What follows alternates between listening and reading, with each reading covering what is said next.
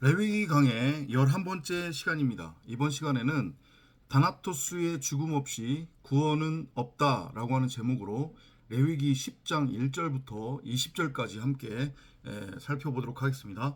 9장까지 출애굽기의 연장선으로서 여호와께서 모세를 통해서 성전을 보여주시고 성전을 어떻게 짓고 성전 안에 기물들은 어떤 것이 있어야 되고 그것의 재료는 뭐가 되어야 된다라고 하는 걸 쭉 설명하신 다음에 성전이 실질적으로 세워졌죠. 그런 다음에 제사장을 세우고 제사장 위임식까지 끝났어요. 그리고 그 성전을 통해서 제사장과 그리고 백성들은 어떤 제물을 가지고 어떤 제사를 드려야 되는지 그것을 다 보이시고 설명해 주셨습니다. 근데 이것이 율법의 행위로서의 어떤 종교적 그런 차원이 아닌 진리를 품고 있는 우리의 이 71회 동안의 이 호코스모스의 삶이 바로 날마다 산 제물로 드려지는 영적 예배, 산 제사의 삶이 되어야 된다. 우리 자체가 바로 예배의 삶이 되어야 된다. 그것은 나는 무엇이 선이고 무엇이 악인지 그 차이를 분별할 줄 안다는 착각에 빠져 있었던 나라고 하는 육신의 생각으로서의 겉사람인 선악나무로는 죽고 율법에 대해서는 죽고 십자가를 통과를 해서 다나토스로 그리고 창세기 1장 1절과 창세기 1장 27절대로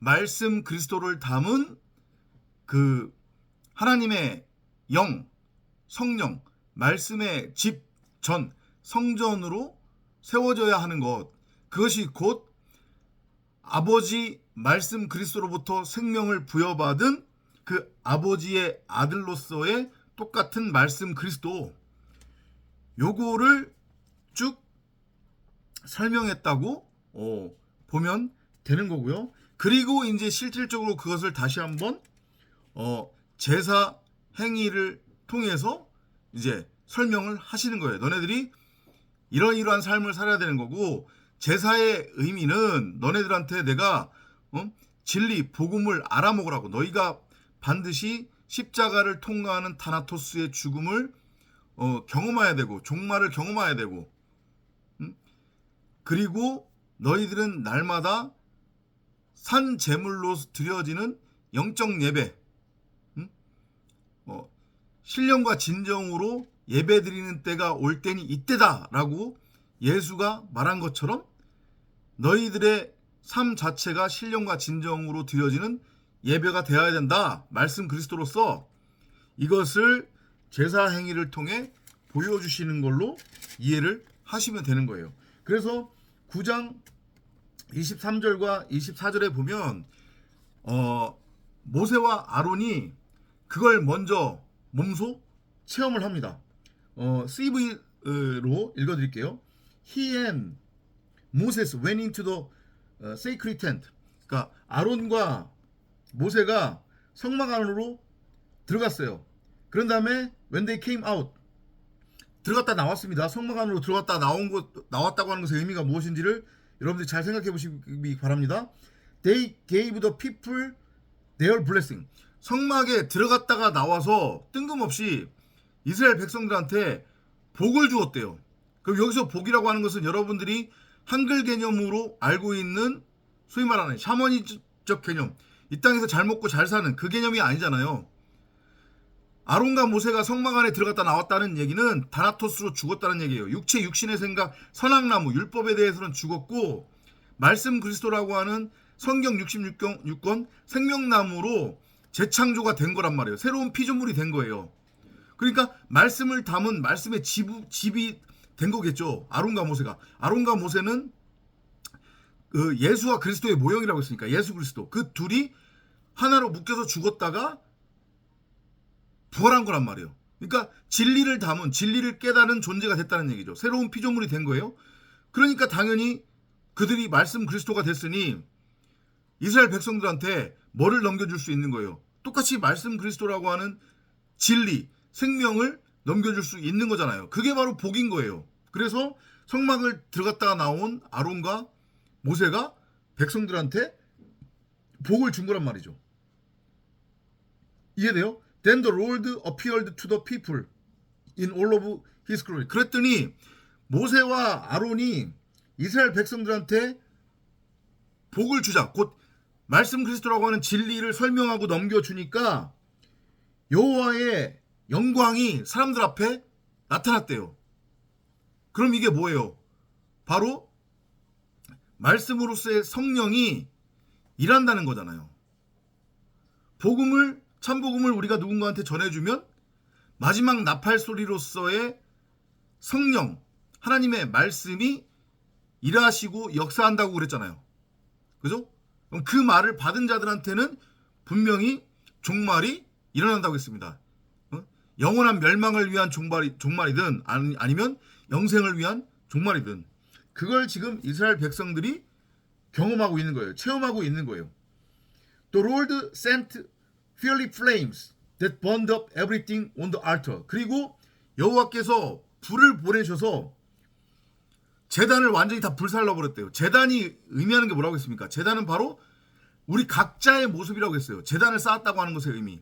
그러니까 아론과 모세로 대표되는 예수 그리스도라고 하는 선악나무, 율법에 매여 있었던 우리 각자가 완전히 다나토스로 죽어야 하는 그런 그림으로 이해를 하시면 되는 거예요. 그랬더니 when everyone saw this, 모든 이스라엘 백성들이 이거를 보고 they shouted and fell to their knees to worship the Lord. 여호와를 경배하기 위해 무릎을 꿇었대요. 무릎을 꿇었다고 하는 것의 의미가 뭐예요? 아, 제가 이전까지 땅적인 존재였군요. 저는 이전까지 흙을 양식 삼아 살고 있었던 바로 뱀이었군요. 마귀 율법이었군요. 제가. 그런데 제멋대로 선악을 규정하고 정의해서 그것을 율법으로 열심히 행하는 것이 하나님처럼 되는 것이라고 착각에 빠져서 하나님 흉내를 내고 있었네요. 그게 죄였군요. 죽어야죠. 이 고백이 터져 나온다는 거예요. 참 진리 참 복음을 마지막 나팔 소리로 들은 옥토라고 하면 아셨죠? 그 그림으로 이해를 하시면 되고요. 그런 다음에 이제 10장으로 넘어가서 다시 제사 행위가 다시 이제 행해지는 거예요. 진리를 여전히 설명하고 있다고 보시면 됩니다. 자, 보세요. 9장 뒷부분에서 모세와 아론이 성막에 들어갔다가 나왔죠. 그건 다나토스의 죽음을 의미한다고 했습니다. 그죠? 모세와 아론은 예수 그리스도의 모형이라고 그랬으니까. 그럼 보세요. 아론을 지금 따로 떼어서 설명을 하는 거예요.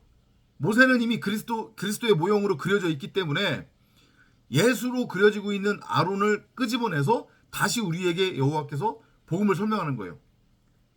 예수인 아론이 아버지로서 십자가에 못 박혀 죽었죠. 다나토스로. 그죠? 그러면 그 율법의 예수의 모형으로 그려지고 있는 아론이 죽었다는 얘기는 바로 아론의 아들들의 죽음을 의미하는 거이기도 하단 말이에요. 아론의 아들들이 하필이면 4명이에요. 4명. 사복음서의 모형으로 봐도 되겠죠. 근데 또 그 중에서 하필 둘은 출애굽 1세대에 해당되고 둘은 출애굽 2세대에 해당된단 말이에요. 그러니까 지금 10장에 등장하는 나답과 아비우는 20살이 넘은 출애굽 1세대예요. 그러니까 당연히 아버지 아론이 죽었으니 이 출애굽 1세대에 해당되는 나답과 아비우도 그것을 설명해 주기 위해 우리에게 복음의 메시지를 전하기 위해서는 죽는 그림으로 그려져야 되는 게 맞는 거예요. 이걸 그냥 문자적 율법적으로 읽어버리면 나답과 아비우가 하나님의 말씀 듣지 않아서 저주받아서 죽은 거다 이렇게 넘어간단 말이에요. 다들 여러분들이 이제까지 그렇게 알고 있었을 거예요. 그렇게 배웠을 거란 말이에요. 하나님이 그런 하나님이에요? 아니란 말이에요. 나답과 아비우 이 이름의 의미를 통해서 우리가 그거를 알 수 있어요. 나답이라고 하는 이름의 의미는 인자, 은혜라는 뜻이에요. 아비우는 내 아버지라는 뜻이란 말이에요. 근데 뭘 저주를 받아주고 죽기는. 선악이라고 하는 율법의 모형으로서, 선악나무로서 율법에 매여 있는 우리 각자의 육체, 육신의 생각의 모형으로서 나답과 아비우가 어떻게 죽는지 보세요. 불에 타서 죽는단 말이에요. 그럼 그 불이 의미하는 게 뭐예요? 말씀이잖아요. 이걸 원어로 읽으면요 더 정확하게 알 수 있어요. 제가 읽어드릴게요. 나답 and 아비우 were two of Aaron's sons, but they disobeyed. 여호와를 불순종했대요. 그러면 성경에 등장하는 obey, 이 순종하다라고 하는 것의 의미가 뭐라고 했습니까? 귀를 기울여 잘 듣다라는 뜻이라고 했어요. 하나님의 말씀을, 복음을, 생명나무를, 성경 66권을 눈에 보이는 문자 그대로 육신의 생각, 사람 생각으로 읽는 게 아니라 여기에 숨겨진 크고 놀라운 비밀의 진의를 호라호하는 거예요. 그게 순종이란 말이죠. 그런데 나답과 아비우가 그 여호와를 불순종했다고 하는 것의 의미는 나답과 아비우의 현재의 상태는 뭐인 거예요? 겉사람, 육체, 육신의 생각, 선악의 율법의 상태인 거예요. 우리가 이게 나답과 아비우가 우리의 첫 모습이란 말이에요. 첫사람 아담으로서의 모습. 이성 없는 짐승. 네페시 하야. 그러면 당연히 십자가를 통과를 해서 다나토스로 목 베어 죽어야 되겠죠. 거기 보면 by burning incense to him on a fire pan when they were not supposed to do. 그러니까 사용하지 말아야 될 불을 썼다는 얘기는 불이 말씀을 의미하는 거니까 엉뚱한 말을 가지고 있으면서 하나님을 믿는다고 착각이 빠져있는 상태, 자기도 하나님처럼 됐다, 나도 하나님이다 라고 착각에 빠져있는 상태, 그게 바로 누구의 모습이었어요? 그게 바로 하와고, 그게 바로 가인이잖아요. 근데 하와든 가인이든 그들은 다 우리의 모형이란 말이에요. 그러니까 우리의 모습인 거예요. 지금 나답과 아비우 보면서 저것들 하나님 말씀에 순종하지 않아서 하나님한테 벌받아 불태워 죽임당한 거다, 이딴 소리 하면 안 된다니까요. 여러분들 아셨어요? 다 복음을 담고 있는 거란 말이에요. 그렇게 해서 죽는 거예요. 그랬더니 그걸 보고 더 웃긴 건 모세한테 있어서는 조카들인 거잖아요. 왜냐면 형의 아들들이니까. 근데 조카가 죽었는데 모세는 아무렇지도 않아. 아무렇지도 않아. 그러면서 뭐라고 얘기하냐면 그 5절로 4절 뒷부분에 갈까요? Take these two dead relatives of yours outside the camp far from the entrance to the sacred tent. 이 죽은 시체를 가져다가 진영밖 멀리, 그러니까 성전 밖에 갖다 버리라는 거예요. 거기가 어디예요? 흰놈의 골짜기, 지옥의 모형이잖아요. 썩은 시체 타는 냄새가 24시간 끊이지 않는 곳, 불이 꺼지지 않는 곳. 성전 밖은 바로 지옥의 모형인 거예요. 하나님을 떠난 상태. 그러니까 지금 나답과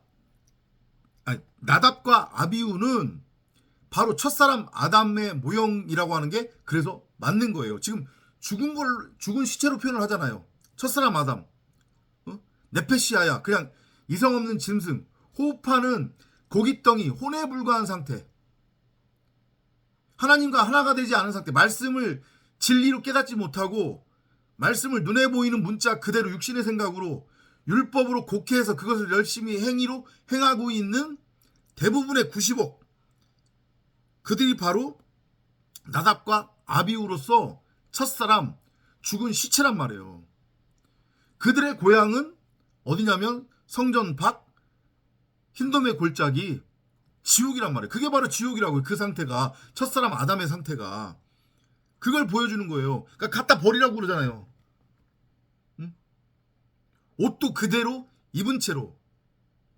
왜냐? 그 옷은 무슨 옷입니까? 율법의 옷. 정말 신기하죠. 그래서 우리의 겉사람은 그렇게 죽어야 되는 거란 말이에요. 응? 그래서 그대로 옮깁니다. 죽고 그 다음에 그렇게 하고 나서 모세가 어떤 일을 행하냐면 아들이 넷이 있었다고 그랬잖아요. 응? 아론한테는 둘이 죽었습니다. 그러니까 당연히 새로운 피조물로 재창조가 돼야 되겠죠. 그래서 나온 아들이 엘르아사라고 이다말이에요. 엘르아살은 하나님이 도우셨다라고 하는 의미고, 이다말은 땅이라는 뜻이 있고, 그 다음에 아버지는 종려나무라는 뜻이 있어요. 종려나무는 그리스도를 모형으로 하는 거잖아요. 그죠? 그래서 나중에 아론도 죽고 모세도 죽고 그 다음에 우리의 겉사람의 모형으로서의 출애굽 1세대가 광야에서 죽고 난 후에 그리스도의 모형인 여호수아가 출애굽 2세대를 이끌고 가나안에 들어갈 때 이 엘르아살과 이다말도 가나안에 들어간단 말이에요. 율법으로 죽고 그리스도로 재창조된, 말씀 그리스도로 재창조된 아들들만이, 말씀이라고 하는 성령에 의해 잉태된 아들들만이 천국으로 세워질 수 있다, 성전이 될 수 있다 라고 하는 그런 모형으로서 엘르아살과 이다말이 주어진 거란 말이에요. 그러니까 모세가 얘네들을 데려다가 화제와 소제를 드리게 한 다음에 그 남은 것을 먹게 한단 말이에요. 남은 건 당연히 먹어야죠. 왜냐? 그게 결국 무엇을 의미하는 거니까? 혼인잔치. 혼인잔치의 주인공이 되는 거잖아요, 지금. 먹고 마시는 거, 왕 같은 제사장으로. 그래서 13절하고 14절에 그게 지금 그려지고 있는 거예요. 그러면서 모세가 그 아론하고 엘르아살, 이다말에게 뭐라고 얘기하냐면 그 여호와의 화제물이 내 소득과 내 아들들의 소득이 될 거라고 그런단 말이에요. 하나님 나라를 유업으로 넘겨받는 자들, 왕같은 제사장, 율법으로 죽고 말씀 그리스도로 재창조가 된 창세기 1장 27절에 자칼과 네케바, 남자인 여자, 씨 가진 여자, 산자의 어미, 바로 그들이 성령 말씀으로 잉태된 말씀 그리스도들, 계시록에서 구름 타고 내려오는 바로 성도 에클레시아란 말이에요. 그 얘기를 하고 있는 거예요, 지금.